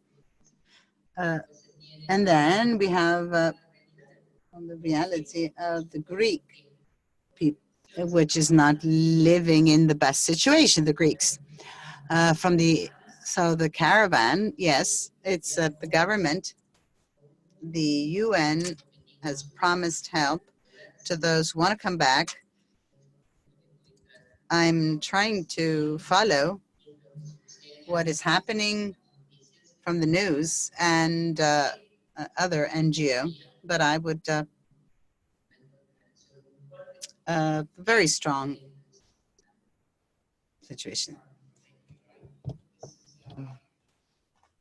A way to end the sharing that we've had, and it's been very, very rich. And as Carmen kind of pointed out, it's continuing to go on, and all we can pride is our presence, our patience, our prayer, trying to be in the midst of God's work. And we are so grateful for the three panelists that we've had sharing at a distance, Sister Maria in Sicily, Carmen in Greece, and Manuela here in Rome, to share their stories, their journey, and obviously God has been working in their lives and in your lives as well. So thank you for what you're doing, and we just keep continuing and learning what needs to be done. So God bless you. Have a wonderful Easter, but before that, a blessed Holy Week, and also maybe joining us for the stations on the 13th. Florence? Yes, I want to say that I receive a lot of thank you from people who are online. And I want to say thank you from people from Tanzania and also from people from Latin America, saying that they are very happy that we could hear an experience from their country in Latin America and their continent. So thank you, Emanuele. And thank you for our interpreters too. God bless you for this. Okay.